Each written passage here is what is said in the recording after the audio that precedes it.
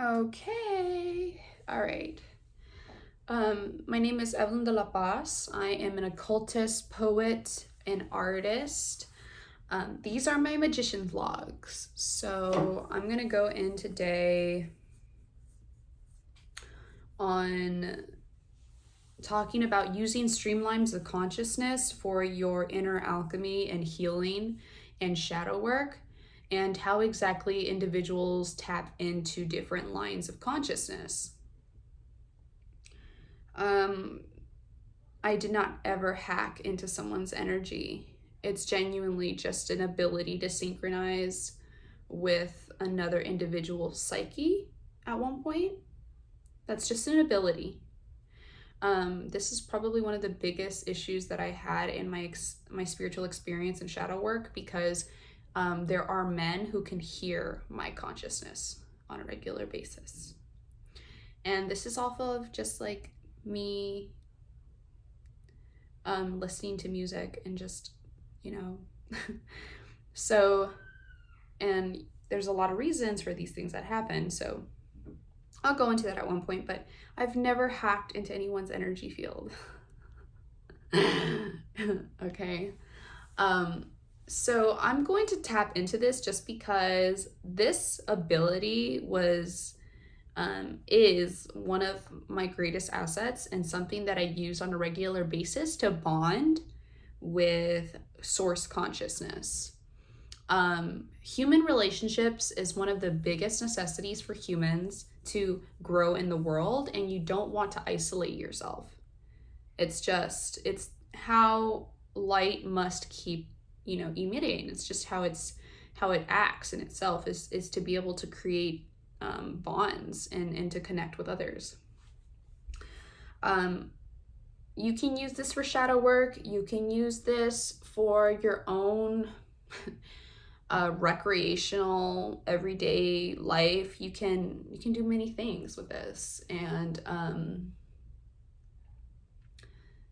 it's probably one of my favorite practices of all, because I feel so very confident in it, and I've been doing it since I was a little girl, and because of how powerful I am in this practice, it's really intimidated me, and I have a lot of issues, unfortunately, but I'm still I can give as much knowledge to at least give the basis of how you can benefit from it. So one of the biggest individuals you'll probably hear me speak a lot about in my practice is Jim Morrison. Just because Jim is one of the first individuals who held my hand through the path of initiation when I was around 17. This man's streamline of consciousness had really shown me about opening your third eye, having a freedom in theater, cinema, and having the need to know what is and why it is, and seeing through people's insecurities on a regular basis. I think that this is one of his biggest assets as an artist, and because he grabbed so much attention in his lifetime, he's a very impactful, vampiric individual. People of this nature are, and I'll say vampire quite a lot, a vampire. What is it? So these are individuals who gravitate a lot of energetic attention. There's a lot of negativity that surrounds vampires because there's individuals who are vampires out there who aren't healed, and they create a lot of emotional havoc around the people around them. But when these people are healed, the energy that emits around them is very beneficial to themselves. And when it's healed, it's for the better. But when they are not healed, it's very negative. It's a negative thing. So I'll talk about vampires a lot because I am obviously a vampire. I'm obviously a fucking vampire. So not only is Jim Morrison one of the most influential streamlines of consciousness, but then there's also Rudolf Steiner, which is someone who very much sounds like he's talking for the better of a collective. And he's dedicated his whole life to spiritual sciences, alchemy, and Christ consciousness. So his streamline of consciousness is very potent and still serves people today, even in his passing. So these two people are very, very big. Why is it, how can you use these type of streamlines of consciousness into your own psyche and for your own bettering? Well, like I was saying, when I was very young and I was trying to teach myself about what I felt about in the world and what I wanted, and I was subconsciously doing occultist practices. His consciousness was very, very, how can I say, supportive. His entity is very supportive. His entity is very like oriented, where the inner child is very much supported. And depending on the person and what they connect to, that is where you want to guide yourself into. That is where you want to push yourself into. Why was it so easy for me to have a connection with this individual and this man's spirit? I think that in a sense, there is this type of relationship that you have with entities and spirits and people. It's where you walk into a room and you can pretty much pick out who you would rather be around. It's not based on how they look. It's not based on where they come from. It's really based on this vibration that they emit and who you would prefer to be around. And you probably could see yourself spending time with. And that's a natural instinct that people don't take advantage of. And sometimes they don't use it for their own good. So I think that's the relationship originally I had with him as a teenager. But as I started going into this turbulent experience of these rituals that were being put on me by a woman who thought I put a love spell on her boyfriend, he came to me a lot. His energy would come to me a lot when I was in places of vulnerability and suffering. I had tried shrooms for the first time, and it was my birthday, and I was turning 21 years old, and I could see flashes and I could just feel this vibration around me that just felt like, it just wasn't, it's not that it wasn't me, but I could see the lens through someone else. I could see a lens of consciousness through someone else's eyes. And when I come back and I study Jim's poetry and I do a lot of work to come out into place and purify this, purify my relationship to this consciousness and alchemize it for my own daily practices, it's him. It's when you're able to see the world through another spirit's eyes. It's almost a form, I could say it's like possession or evoking. It should be invoking or evoking, which I'll talk about that. Is invoking is when it's inside. Evoking is when the presence is there. I just felt him like coming around me a lot. And I think that the reason why you form these relationships at times where you are in a complete synchrony with the streamline of consciousness and it impacts your life for the rest of your life. That's who he was at that time, because shortly after I was attacked and I had no idea what the fuck was happening to me or my body.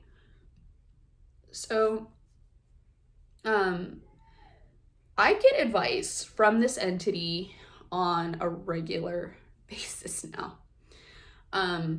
I don't think that it is him. It's more so like a spirit that was manifested in the lifetime. So that's something that you want to consider as well. You want to have a good idea of what you're doing when you tap into streamlines of consciousness. Okay? So the idea is, okay, understand this. These people are dead. These people are no longer here. Those streamlines of consciousness are a marker of a timeline when they were here. All right, so they have already passed into the spiritual realm. And they've already had different types of accumulations of different experiences of the spirit, which means they're no longer that person anymore. So you're not. And I honestly questioned this idea when I heard that Helen Blavatsky had this idea. It's like, you're not speaking to him. About psychics who speak to those of the dead that have passed. You're not really speaking to him. You're speaking to the timestamp of that person's spirit at that timeline. These people are never the same again. When you die, you're never going to be the same person again. So what we do is we love these spirits. We commend them, we support them, and we bring light to what was in their lifetime. These people that have served humanity in some type of way. It is not Jim himself. He's already passed on long time ago. He's been gone for a really long time. I am connecting to a timeline that benefits my spirit at this time in my life.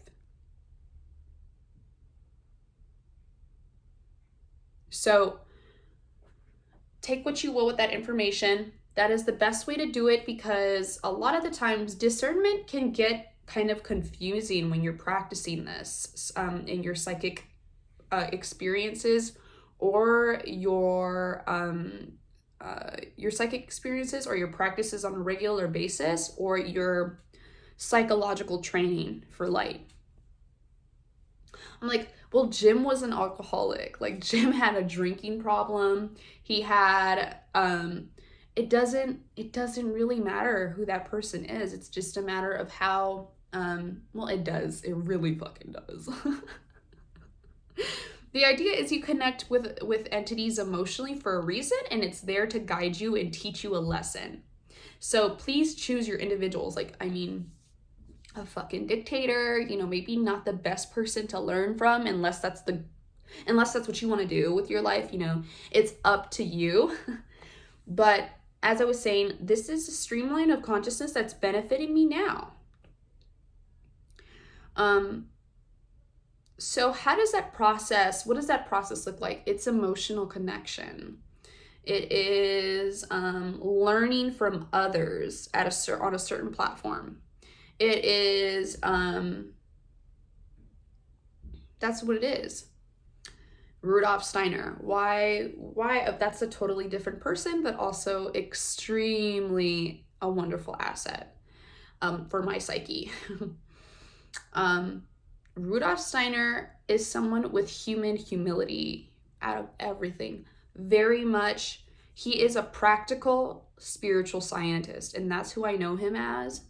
And when I'm meditating and I'm asking for information and I want to tap into this source line of consciousness, I get answers that are magnificent. He's an amazing streamline of consciousness. I mean, he is a genius of his own time. He's ahead of his time, always was.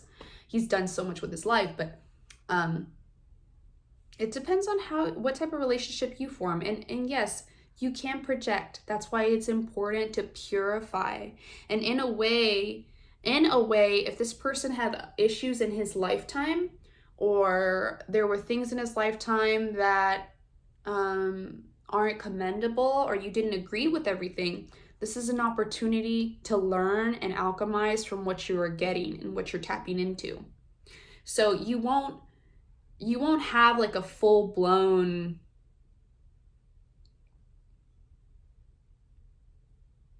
you won't have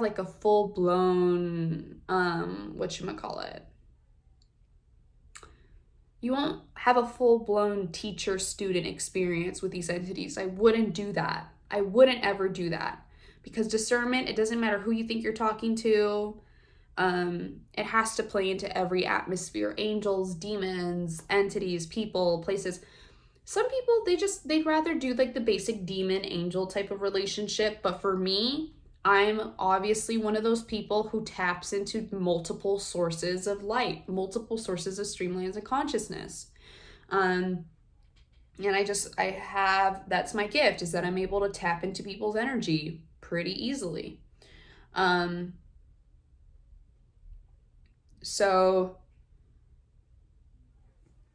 Yeah, pretty much. Have I always done this with intention? No, I was too naive and I never had any education on spiritual alchemy, but I'm gonna give an example. I had just went over the clip on the influence and the part that poetry, writing, and art plays with magic in our lifetime. And in my paintings, I get messages from his entity. So I've always been into psychedelic paintings. And at the time that I first started doing these things, that's who I was listening to. That's who I just found. Well, I was listening for him quite a long time before that, but that's what I was into. That's who I was listening to when I would do these drawings.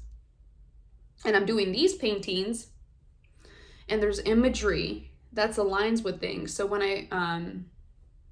I first started painting, I had gotten a message from my spirit guides where it said the monk bought lunch, because these paintings are able to make money at some point. And I had intuitively drawn a monk eating like an apple walking up the Nile River. So I seen that from like the monk bought lunch, like what the fuck, like that's cool, things like that. I had another painting that I had done, and you can see soldiers trying to shoot you could see soldiers trying to shoot different photos or manifestations in the wax painting. And then about a week later, I was reading his book. Shit, this is the type of shit that happens to me on a regular basis. Okay. So like I'm reading his book, it's just like a post-it that says ambrosia on his book. So I had got his book. I think this is so I had gotten this book because he wrote this. He had dedicated this poetry for his girl Pamela Corson, which is his life partner. And there's a poem here that says there is, I don't know what it says. It says something about you're trying to shoot the wrong voice in your head. That is what it's like for spiritual enlightenment, is that there's a soldier trying to shoot all the wrong sources of consciousness in your head. And I was reading that, I'm like, holy fucking shit. Like I had just painted that in my painting, and I was like, lol, that's like a message, divine timing. That is, that's when you're really, really close to yourself emotionally. And so his streamline of consciousness is like slowly manifesting into its own being along with mine. And so he'll leave me little notes like, do not shoot these images. Like try not to push them off, because it's a transmutational palette, the painting. So you want to let everything live is what the message that he gave me. And so I'm really struggling with that because obviously I have a man that I have a telepathic relationship with, but yeah, that's what happens when you have a divine relationship with an entity. So it makes me fucking laugh. It really does. It makes me fucking laugh. Okay. So yeah, he's basically left that note. He's so sweet. Thank you, Jim. But he's, yeah, that shit's fucking crazy. So,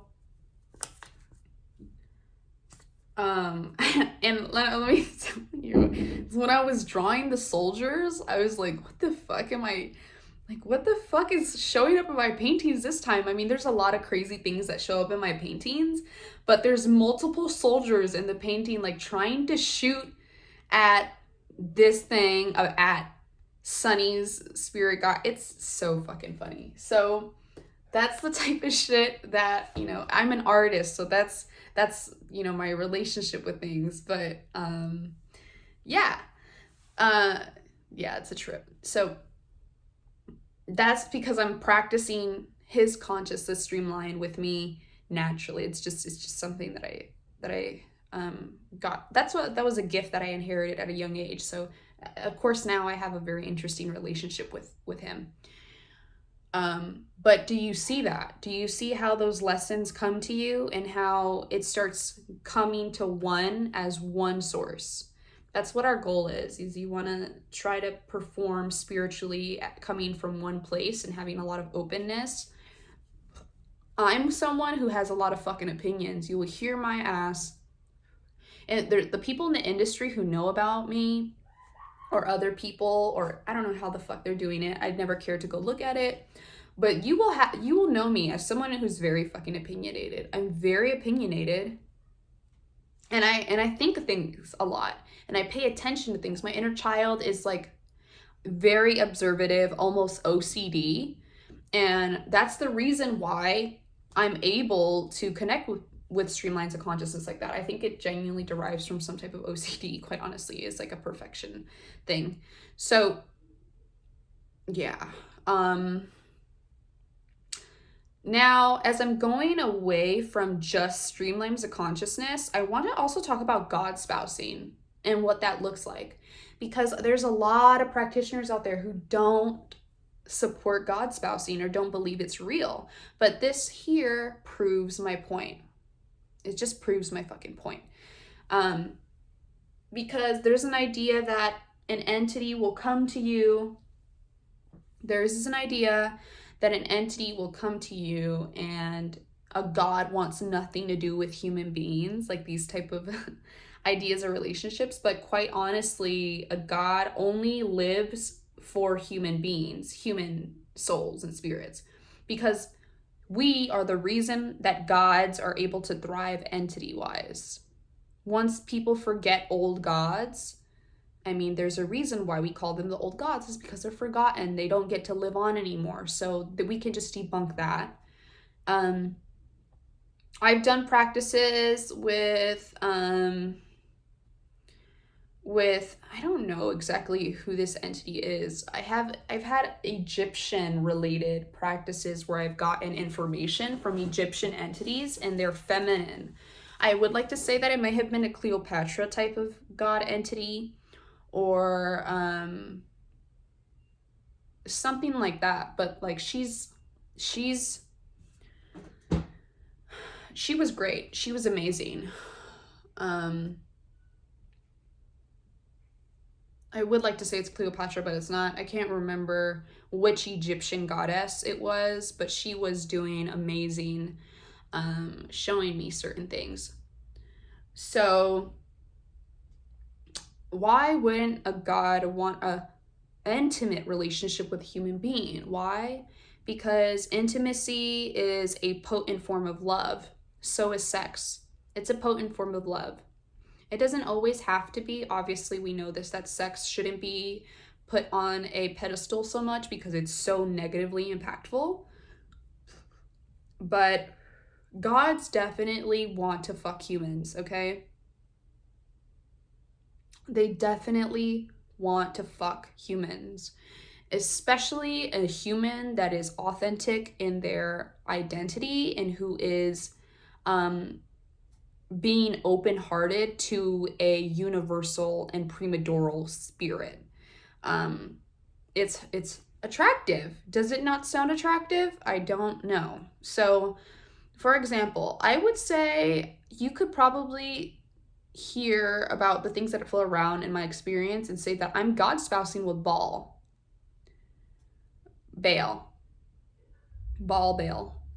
which is the first demon in the Lesser Key of Solomon, by Aleister Crowley.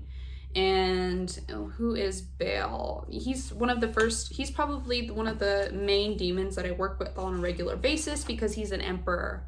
And he is one of, I would say, he's a very, very strong demon in this. So my relationship with him is one thing. I'm going to talk about him a few times because I do so much work with him, and the relationship I have with him is synchronic as well. And he's done a lot for me, and I honestly think that he's helped Sunny's experience as well, Baal, because of the spiritual experience we're both going through. So, yeah. He appeareth in diverse shapes, sometimes like a cat, sometimes like a toad, and sometimes like a man. and sometimes all these forms as once. He speaketh hoarsely. This is his character, which is used to be worn as a layman before him. The first principal spirit is a king ruling in the east called Baal. He maketh thee to go invisible. He ruleth over 66 legions of infernal spirits. So this is the first demon named in the Lesser Key of Solomon, and the reason why I can say I've been God spousing with him is because my ability to be close to other entities, and inevitably, when you have a divine relationship with an entity, it can get very sexy. It just does. If you really want to think about it, the spiritual process is almost like touching yourself on a regular basis. That's what spiritual climax is. That's also regardless of the poverty that's around you on a regular basis. Nirvana is an option as well. So Baal is definitely someone I can say, if you follow me through these logs, that is someone I've been God spousing with. That is my partner spiritually. And he appears in many forms. He manifests in many forms, and he participates in other individuals as well. So God spousing is definitely real because of this ability to be close in streamlines of consciousness. They're real. Definitely.